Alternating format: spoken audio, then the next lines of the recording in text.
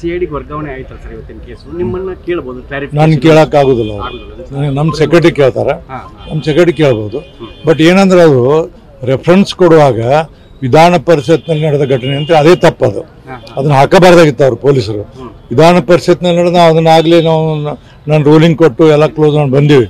ಹೊರಗಡೆ ಏನಾದ್ರು ಆಗಿತ್ತಲ್ಲ, ಹೊರಗಡೆ ಆ ಹೆಣ್ಮಗಳು ಏನು ಒಂದು ಕೊಟ್ಟಾರಲ್ಲ, ಈ ಹೆಣ್ಣು ಮಕ್ಕಳ ಮೇಲೆ ದೌರ್ಜನ್ಯ ಆಗುವಂಥದ್ದು ಲಕ್ಷ್ಮೀ ಹೆಬ್ಬಾಳ್ಕರ್, ಅದ್ರ ಮೇಲೆ ಕೇಸ್ ಆಗೈತೆ, ಅದು ಇದ್ರ ಮೇಲೆ ಅಲ್ಲ. ಈಗ ನೀವು ಅರ್ಜೆಂಟ್ ಕೊಟ್ಟ ಮೇಲೆ ಆ ಸ್ಥಳ ವಿಧಾನ ಪರಿಷತ್ ಆಗಿರುತ್ತೋ ಮತ್ತು ಬೇರೆ ಏನಾಗಿರುತ್ತೆ? ವಿಧಾನ ಪರಿಷತ್ನ ಇರ್ತೈತಿ, ಅದಕ್ಕೆ ಏನಂದ್ರೆ ಅದಕ್ಕೆ ನಮ್ಮ ಕಸ್ಟಡಿ ಇರ್ತೈತಿ, ಅಲ್ಲಿ ಏನಾಗಬೇಕಾದ್ರೆ ನಮ್ಮ ಅನುಮತಿ ಪಡಿಬೇಕಾಗ್ತದೆ. ಈಗ ಇಲ್ಲ, ನಾನು ಹೇಳ್ಬಿಡ್ತೀನಿ ಸ್ಪಷ್ಟವಾಗಿ. ನಾನು ನಮ್ಮ ಸೆಕ್ರೆಟರಿಗೆ ಆಗಲೇ ಡೈರೆಕ್ಟ್ ಮಾಡಿದ್ದೀನಿ, ನಮ್ಮ ಅಡಿಷನಲ್ ಸೆಕ್ರೆಟರಿ, ಆಮೇಲೆ ಅಡ್ವೊಕೇಟ್ ಜನರಲ್ ಮತ್ತು law and parliamentary secretary Shridhar ಅಂತಾರೆ, ಅವರಷ್ಟು ಕುತ್ಕೊಂಡು ಮೀಟಿಂಗ್ ಮಾಡೋದು. ಇವಾಗ ಏನೇನು ಮಾಡಬೇಕು ಏನಂತ ಮಾಡ್ತಾರೆ. ನಾವು ಏನಾಯ್ತು ಅಂದರೆ ಸರ್ಕಾರದ ನಿಯಮಗಳೇ ಬೇರೆ, ನಮ್ಮ ನಿಯಮಗಳೇ ಬೇರೆ, ನಮ್ಮ ಕಾನೂನುಗಳಿಗೆ ಏನು ವ್ಯಾಪ್ತಿಗಳು ಅದರ ಪ್ರಕಾರ ನಾವು ಹೋಗಿ ಹೊರತಾಗಿ ನಾವು ಯಾವುದೇ ರೀತಿಯಿಂದ ಮತ್ತೊಂದು ಸರ್ಕಾರದಿಂದ ಆಗೋಲ್ಲ. ಬಟ್ ಅವರಿಬ್ಬರಿಗೂ ಏನಂದ್ರೆ ನಾನು ಭಾಳ ಪ್ರಯತ್ನ ಮಾಡಿದೆ. ನಮಗೂ ಹೆಣ್ಮಕ್ಳು ಇರ್ತಾರೆ, ನಮಗೂ ಅಕ್ಕಂಗೆ ಇರ್ತಾರೆ, ಆಕೆಗೆ ನೋವು ಆಗಿದ್ದನ್ನು ನಾವು ತಿಳ್ಕೊಂಡಿವಿ. ಅದೇ ರೀತಿ ಪೊಲೀಸರು ರವಿನ ಎಲ್ಲಿ ಬೇಕಲ್ಲಿ ಕರ್ಕೊಂಡು ಅದು ಸಹಿತ ಅಲ್ಲ. ರಾತ್ರಿ 1:30 ಗಂಟೆ ಮಟ್ಟ ನಾ ಎಲ್ಲ ಮೆಂಬರ್ಗಳು ಎಲ್ಲ ಪಕ್ಷದವರು ಚರ್ಚೆ ಮಾಡಿ ಎಲ್ಲ ಮಾಡಿ ಅವರು ನಾವೆಲ್ಲ ಆರಾಮದೀವಿ ಅಂದಾಗ ನಾವು ಬಿಟ್ವಿ. ಬೆಳಗ್ಗೆ 5:30 ನಾವು ಫೋನ್ ಮಾಡಿದಾಗ ಅಂಕಲಿಗೆ ಎಲ್ಲಿಟ್ಟು ಅಂತ SP ಅವ್ರು ಹೇಳಿದಾಗ ಸಹಿತ ನಾವು ಹೇಳಿವಿ. ಎಲ್ಲ ಮಾಹಿತಿಯನ್ನು ಕಲೆಕ್ಟ್ ಮಾಡಿ ನಮ್ಮ ಶಕ್ತಿ ಮೀರಿ ನಾವು ಪ್ರಯತ್ನ ಮಾಡಿವಿ. ಮತ್ತು ಉಳಿದು ಸರ್ಕಾರಕ್ಕೆ ಬಿಟ್ಟದ್ದು ಅವ್ರು ಬಿಟ್ಟದ್ದು.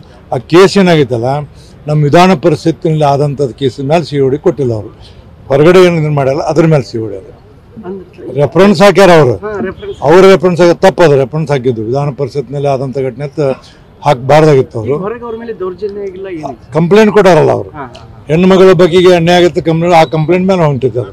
ಅದನ್ನ ವೆರಿಫೈ ಮಾಡಾಕ್ತೀವಿ, ನಮ್ದಾಯ್ತು ಅದಾಯ್ತು ನೋಡ್ತೀವಿ. ನಮ್ದು ಇದನ್ನ ಹೇಳಿನ ಒಂದ್ಸರಿ ಸಭಾಪತಿ ರೂಲಿಂಗ್ ಕೊಟ್ಟ ನಂತರ nobody can question the ruling of the ಸಭಾಪತಿ. ಒಂದು ಕ್ಲಾರಿಫಿಕೇಶನ್ ಬೇಕಿತ್ತು, ವಿಧಾನ ಪರಿಷತ್ನೊಳಗೆ ಘಟನೆ ಆದ್ರೆ ಅದ್ರ ಹೊರಗಿನ ಪೊಲೀಸ್ ಸ್ಟೇಷನ್ ಕಂಪ್ಲೇಂಟ್ ಕೊಡಕ್ ಬರ್ತದ ಅಥವಾ ನೀವೇ ನೋಡ್ಕೋಬೇಕಾ, ಹೆಂಗೆ ಸರ್? ಇಲ್ಲ, ನಾ ಹೇಳಕ ತಿಳ್ಕೊ ನೀವು.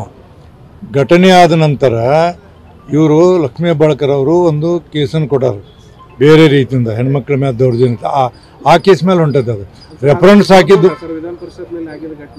ಅದು ಪೊಲೀಸರು ಬರದಾರದನ್ನ ನಾವು ಕಾನೂನು ತಜ್ಞರ ಸಲಹೆ ಕೇಳಾಕತ್ತೀವಿ. ನನಗೂ ಇನ್ನೂ ಅದ್ರ ಬಗ್ಗೆ ಸಂಪೂರ್ಣ ಇದಿಲ್ಲ. ಬಟ್ ಒಂದೇನಂದ್ರೆ ಅಲ್ಲಿ ಏನೋ ನಡಿಬೇಕಾದ್ರೆ ವಿಧಾನ ಪರಿಷತ್ತಿನ ಸಭಾಪತಿಯ ಪರ್ಮಿಷನ್ ಅನ್ನು ತಗೋಬೇಕಾಗ್ತದೆ. ಯಾರು ಮಾಡಕ್ ಬರೋದಿಲ್ಲ, ರೂಲಿಂಗ್ ಚಾಲೆಂಜ್ ಮಾಡಕ್ಕೆ ಯಾರಿಗೂ ಬರೋದಿಲ್ಲ.